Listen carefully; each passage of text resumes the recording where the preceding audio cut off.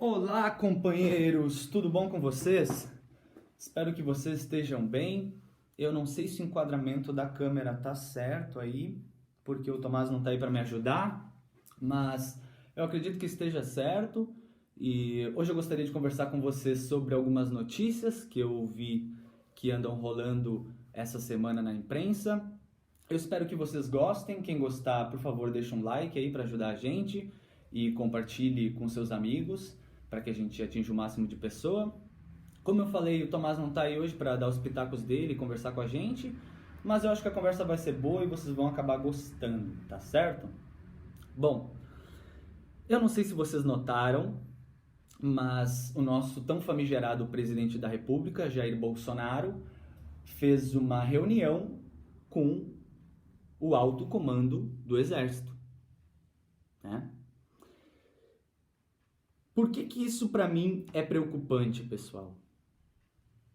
Se vocês avaliarem a nossa história, vocês vão ver que uma reunião com o alto comando do Exército, desde a nossa redemocratização, só aconteceu no início dela, ou seja, no próprio período de redemocratização, tá certo?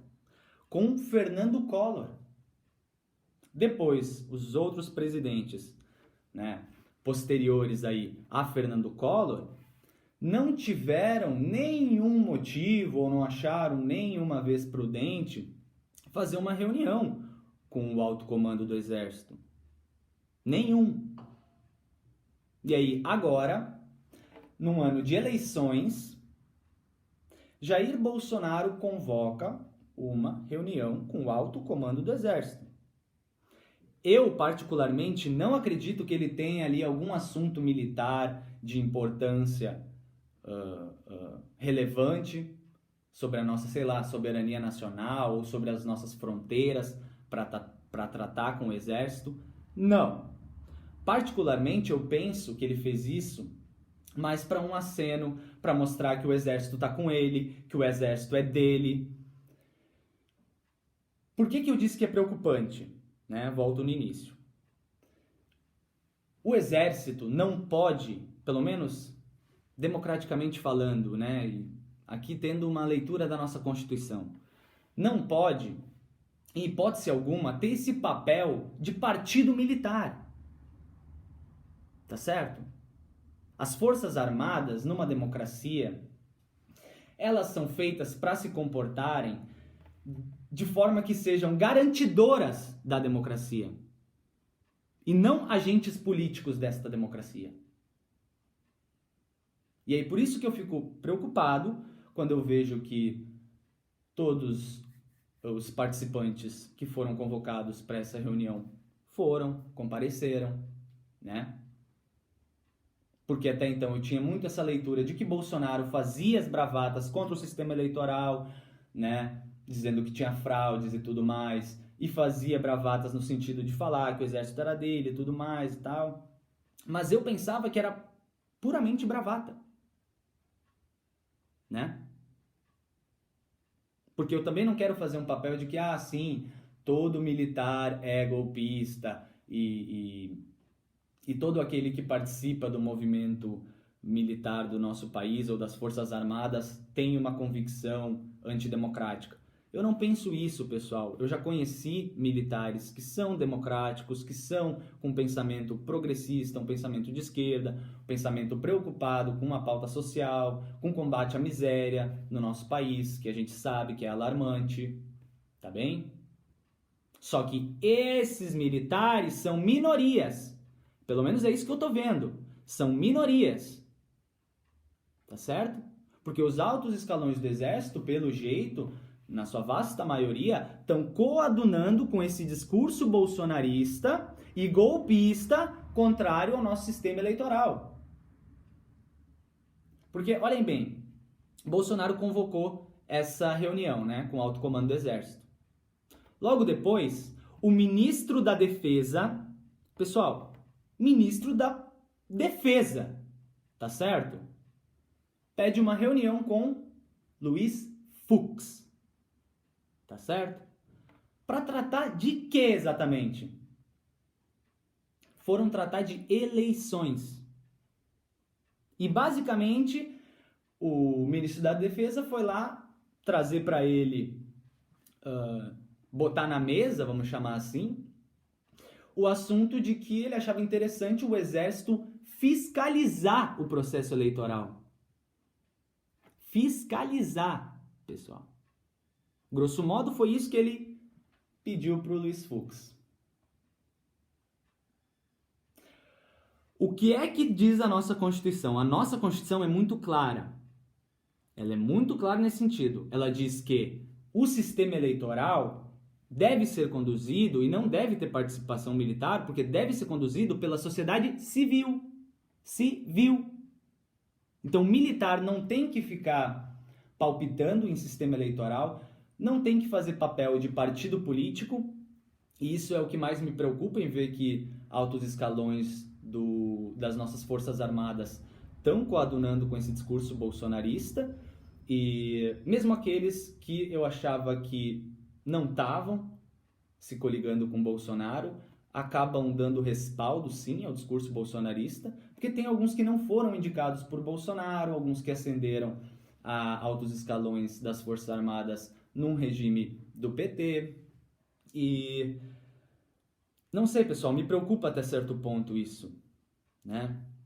Porque, poxa, como é que o alto escalão militar consegue pensar que tem indícios ou pode ser provável que há fraude nas nossas eleições? Jair Bolsonaro foi eleito em cima dessa mesmíssima eleição com urna eletrônica, né? Aí ficar questionando todo o sistema democrático, né? Falar que a gente não deveria ter urna eletrônica. Tudo isso, para mim, é extremamente prejudicial para a nossa democracia. Extremamente. Perigosíssimo. Tá certo? Porque as nossas Forças Armadas foram construídas para defenderem as instituições democráticas.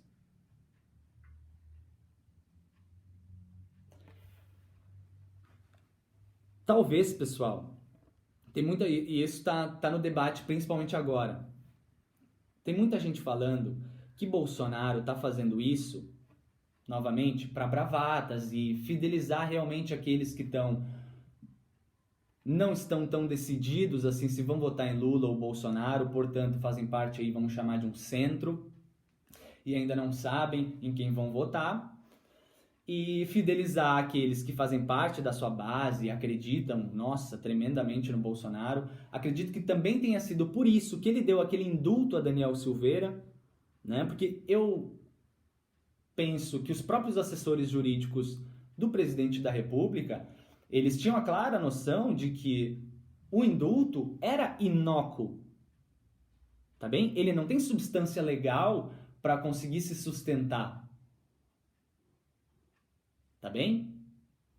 Se vocês avaliarem bem, o indulto foi dado antes mesmo da sentença do deputado Daniel Silveira transitar em julgado. Tá certo? Então, ao meu ver, tratava-se até então de muito mais baderna e querer tumultuar e esquentar a temperatura do cenário político, porque isso eu quero que vocês lembrem. Pessoal, os bolsonaristas, principalmente colocando aí como o fantoche maior e o desenho, a personificação de todo o movimento, como Jair Bolsonaro, eles se alimentam do caos e no próprio caos eles prosperam. Tá bem? Por isso que para a campanha de Lula, não é interessante ficar comprando esse tipo de briga o tempo inteiro, ficar esticando a corda com as instituições, ficar chamando a atenção o tempo inteiro da mídia, né? Porque a gente sabe muito bem o que a mídia corporativa também pensa de Lula, tá certo? Bolsonaro entende o seguinte: ele precisa ficar em evidência nesse momento, porque ele sabe que a economia do país está completamente arruinada, e as pessoas, se começam a falar disso, em hipótese alguma vão querer votar nele de novo, porque tá tudo um absurdo, né? E aí ele quer fugir desse tipo de debate e, literalmente, eu vi até um analista falando sobre isso, que ele quer bagunçar tanto o cenário político que, de certa forma, aquele que está posicionado no centro, né, e assim, ó, não quer votar realmente nem em Lula e nem em Bolsonaro, que essa pessoa acabe não votando. Tenha tanta apatia política que não vai votar. E aí isso, claro, beneficiaria Bolsonaro. Tá bem? Então, até então, quando rolou esse negócio do indulto do Daniel Silveira, vocês podem ver que eu nem trouxe um vídeo aqui, sendo que eu podia fazer uma análise bem fundamentada, juridicamente falando, sobre o caso do indulto, mas eu não quis trazer porque eu pensei que isso é dar pauta para ele, ia dar cenário para o que ele quer. E essa semana, lendo as notícias da imprensa e vendo tudo aquilo que está sendo veiculado, eu tô bem preocupado, pessoal, para ser sincero com vocês. Eu tô bem preocupado porque até então isso que eu vinha vendo como uma bravata e tudo mais, eu não sei até que ponto está sendo uma bravata. Porque eu acreditava, como eu falei para vocês, que boa parte de altos escalões das Forças Armadas não estavam embarcando no discurso bolsonarista e no discurso contrário ao sistema eleitoral. Tá? Pelo menos até o ano passado.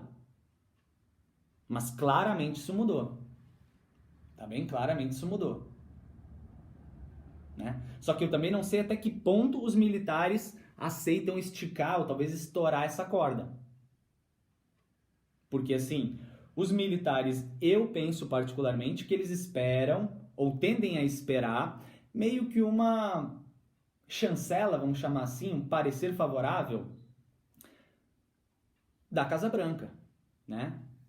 Parecer internacional, né? Que só internacional não contando os outros países, né? Porque internacional para os bolsonaristas é só os Estados Unidos, né? Então eu não sei até que ponto os militares conseguem ou querem esticar essa corda e arrebentar ela, porque tem muito militar que sabe do papel que as Forças Armadas tiveram na nossa história política e que como esse papel foi vergonhoso para as próprias Forças Armadas, muitos sabem, têm a noção disso, né?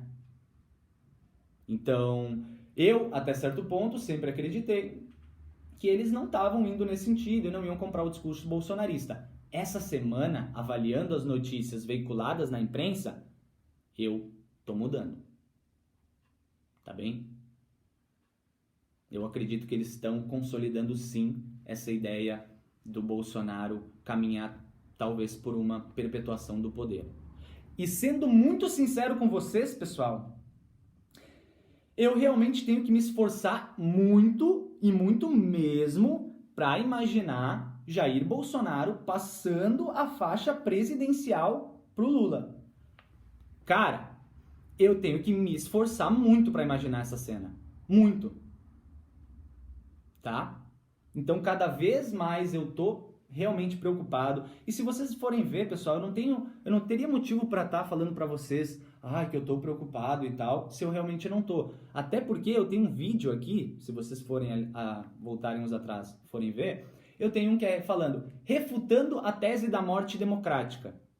E aí naquele vídeo, basicamente, eu explico que em países como, exemplo, Brasil, que são países de renda média, a democracia não estava morrendo, né? Tendo em vista que as instituições políticas ainda estavam bem asseguradas, ainda tinha muito pensamento plural, blá blá blá. E quem estava morrendo de fato era o neoliberalismo e as teses que derivam do neoliberalismo. Tá bem? Só que, pessoal, vendo hoje e tudo que está acontecendo nesse cenário político e o que pode acontecer, sabendo do que Jair Bolsonaro é capaz para se manter no poder e sabendo que ele é tão preocupado com o patrimônio financeiro dele e da sua família, eu fico bem preocupado, pessoal. Bem preocupado. Tá? Porque é possível que a gente ainda viva, talvez, numa democracia de fachada, uma democracia esterilizada, né? Daquilo que o povo, as classes médias e baixas querem para suas vidas. Bem possível. Tá bem? Então, me preocupa ter visto essas notícias essa semana. Eu gostaria muito que vocês, se possível, como eu pedi no início do vídeo, a ajuda de vocês, para vocês comentarem o que vocês acham. Se vocês acham que Bolsonaro vai ter culhão sim de arrebentar essa corda e querer dar um golpe, querer se perpetuar no poder, né?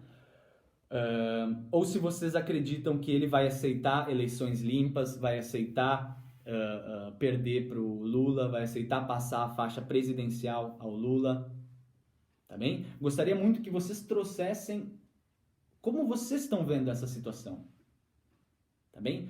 Com os olhinhos de vocês, pessoal, tá certo? Por favor, com os olhinhos de vocês, tá bem? Bem sinceros, o que vocês acham, como é que vocês acham que se ele quiser realmente se perpetuar no poder, como é que ele vai fazer nesse sentido, né? Se os militares estão realmente tão convictos com ele nessa parte, ou se vocês discordam, tá bom? Deixem os comentários de vocês aí.